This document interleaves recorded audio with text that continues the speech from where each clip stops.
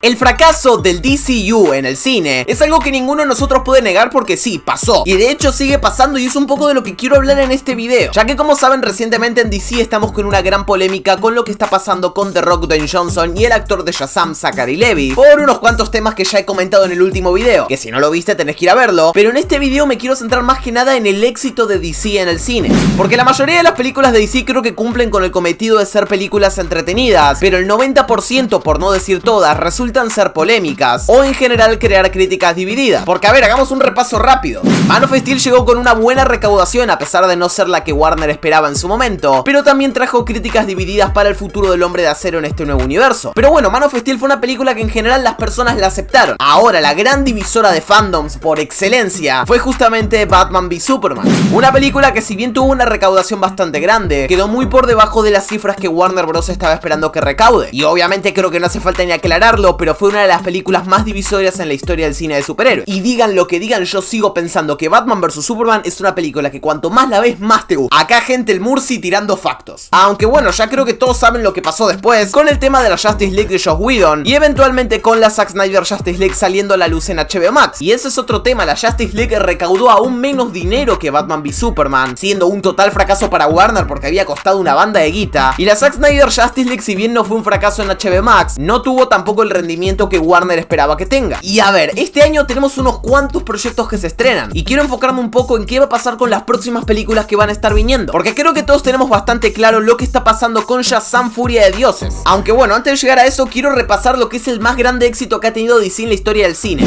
porque a pesar de que El Caballero de la Noche Asciende, la película más taquillera de la trilogía de Nolan, logró recaudar más de $1.000 millones, con una diferencia de más de $100 millones, Aquaman logró convertirse en la película más taquillera en la historia de DC. Y a ver, me parece importante destacar esto porque es una película dentro de todo reciente, y también hay que tener en cuenta que muy pronto tendremos el estreno de Aquaman and the Lost Kingdom. Y después de Aquaman tuvimos otro éxito bastante inesperado, no tan brutal como lo que pasó con Aquaman, pero que sí fue un éxito considerando lo que costó la película, ya que obviamente estoy hablando de la película de Shazam, protagonizada por Zachary Levi. Nos trajo una nueva adaptación del Capitán Marvel que logró recaudar más de $367 millones, habiendo costado apenas 100 millones en su producción. Recuerden que para saber si una peli tuvo éxito, a grosso modo, tiene que recaudar por lo menos 3 veces lo que costó. Y Shazam estaba más que tranquilo, o sea, fue un muy buen éxito para Warner, dando a luz verde a lo que recién conocemos como Shazam: Fury of the Gods, de la cual sí voy a hablar más adelante. Pero bueno, para que se den cuenta que hay muchos éxitos, hay otro éxito más de DC. Y acá me pongo de pie porque vamos a estar hablando de La Sociedad. Porque como saben, la película El Joker o Guasón, protagonizada por Joaquin Phoenix, logró pasar la barrera de los $1.000 millones con un presupuesto que apenas se sumaba a los 60. Y esto no solo la convirtió en una de las películas más taquilleras de DC, que si no me equivoco solo está por debajo del Caballero de la Noche Asciende por unos pocos millones, sino que también es una de las películas más rentables que se han hecho, y de las películas de Marvel y DC me atrevo a decir que es la más rentable. O sea, no llegó ni a los 60 millones su presupuesto y ganó más de $1.000 millones. Lo de Joker fue algo sin precedentes. Pero bueno, como digo lo malo, también tengo que decir lo bueno, ya que hablando de La Sociedad, pero en el otro lado, tenemos que hablar de la película de Harley Quinn, Aves de Presa o Birds of Prey, película que logró recaudar apenas $205 millones, que a pesar de tener un presupuesto de $85 millones, no logró ser un éxito para Warner y apenas habrá logrado ser rentable. Y el mismo destino, o incluso aún peor, sufrió la película de Wonder Woman en 1984, una película que obviamente por ser de un personaje tan importante contó con un mayor presupuesto, pero logró recaudar apenas $169 millones.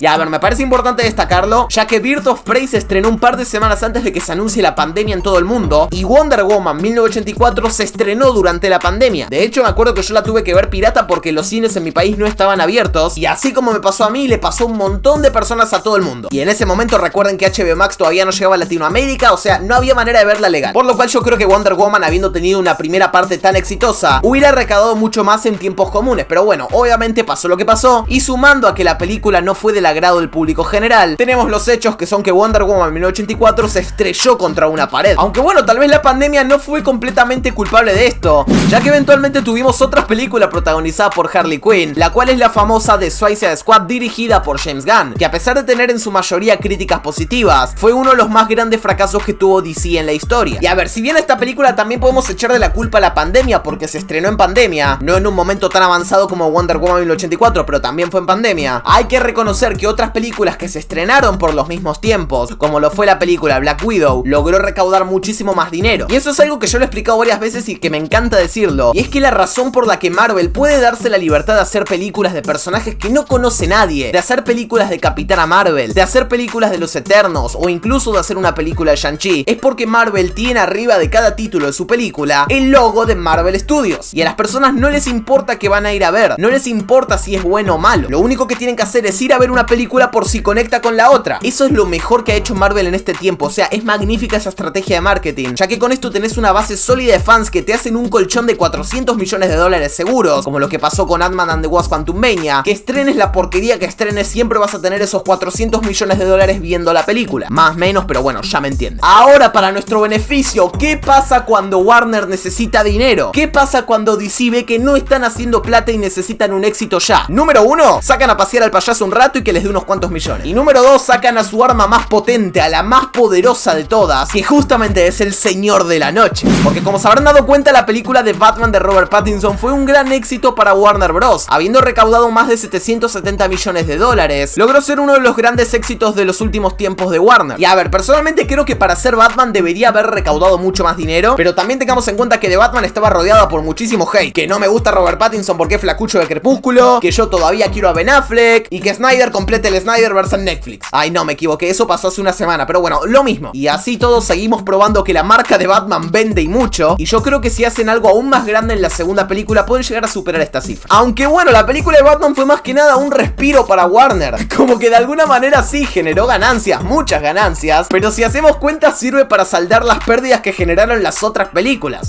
porque eventualmente tendríamos el estreno de la película protagonizada por The Rock, Dwayne Johnson, con un presupuesto que oscila entre los 200 y 260 millones de dólares, logró recaudar poco más de 392 millones de dólares, quedándose muy por debajo de las cifras que la convertirían en rentable. Acá ya sabemos que La Roca se le subió el ego pensando que Black Adam iba a ser el nuevo Batman del DCU. La Roca en su cabeza pensó que Black Adam iba a generar 1800 millones, pero bueno, nos dimos cuenta la pura verdad, que ya sea porque a las personas no les interesaba Black Adam a pesar de tener a La Roca, o que incluso, ¿por qué no?, la película es una película mediocre de superhéroes, que yo les digo, yo la disfruté muchísimo y con Black Adam tuve una de las mejores experiencias en el cine, pero a los hechos me remito, es una película bastante mediocre y nada que no hayamos visto en el cine de superhéroes, siendo que el principal atractivo que tenía la película era el regreso de Henry Cavill como Superman, lo cual tampoco fue suficiente para atraer gente a las salas del cine. Y ya cuando metes a Black Adam en una película, metes a la Justice Society con dos de sus miembros más famosos, y metes al jodido Hombre de Acero en la escena post-créditos, y así todo, nadie va a ver tu película, estamos hablando de un problema grande para DC. Y tristemente ya sabemos lo que pasa después, porque como deben estar al tanto, hace un tiempo James Gunn anunció que el universo DC sería completamente reseteado, lo cual nos sacó un poco las ganas de ver las películas que se estrenan en 2023, dejando a Shazam: Furia de Dioses con una recaudación a día de hoy de apenas 70 millones, y las predicciones dicen que la película no va a llegar a recaudar ni 200 millones, y eso que Shazam 2 tiene un presupuesto de entre 100 y 125 millones, que es un presupuesto extremadamente bajo para una película de superhéroes, y así toda la película parece no va a poder ser rentable. Ahora, por otro lado tenemos lo que es la película El Velocista Escarlata,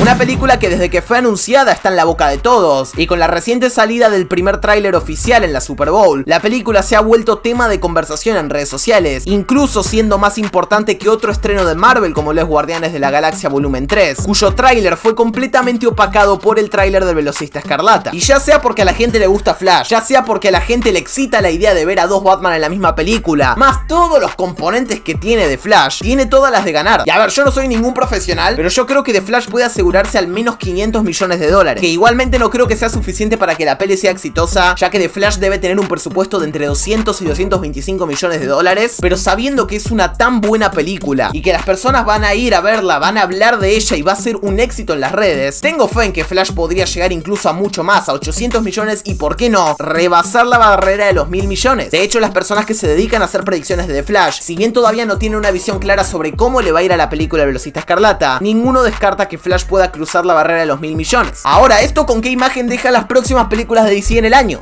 Ya que después tenemos Aquaman and the Lost Kingdom, la cual, teniendo en cuenta el éxito de su primera parte, podría lograr recaudar bastante dinero, pero también hay que tener en cuenta que Aquaman and the Lost Kingdom va a correr el mismo riesgo que Shazam, que es que la gente va a estar desinteresada en ver un proyecto que en teoría pertenece al viejo universo, a pesar de que James Gunn diga lo contrario, pero ya sabemos que Jason Momoa no va a ser más Aquaman. Y además le sumamos a que las últimas proyecciones de prueba que ha tenido la película señalan que Aquaman and the Lost Kingdom es una película verdaderamente mala y posiblemente de las peores del DCU. Y fuera de que si eso es verdad o no, tenemos otro estreno más de DC este año, porque si este año se fueron a la mierda, estrenando la película de Blue Beetle, una película con un presupuesto bastante similar similar al de la primera de Shazam, y en teoría debería ser la primera película del nuevo universo DC, o al menos eso dijo James Gunn, ya que si bien fue concebida bajo la anterior directiva, Blue Beetle es una película que se adapta perfectamente a lo que va a venir y a lo que estuvo, así que si Warner decide promocionarla y no hacer como hicieron con Shazam, que literalmente la dejaron olvidada, tirada en el suelo, Blue Beetle podría ser una película exitosa, al menos una sorpresa como lo fue Shazam en 2019. No te digo que recaude 1.000 millones, 800, ojalá, pero con recaudar sus buenos 300 millones o 369, algo así como hizo Shazam 1, creo que Blue Beetle podría tener un futuro asegurado en el DCU. De hecho, me atrevo a decir que Blue Beetle la tiene más fácil que Aquaman. Pero bueno, yo no sé nada de esto, solo soy un pelotudo acá hablando de números y me siento inteligente. Dale like al video, suscríbete y por favor te pido que te vayas a ver este otro video si tenés ganas de seguir viendo videos. Si no, no lo veas, no sé, dale me gusta, hace algo.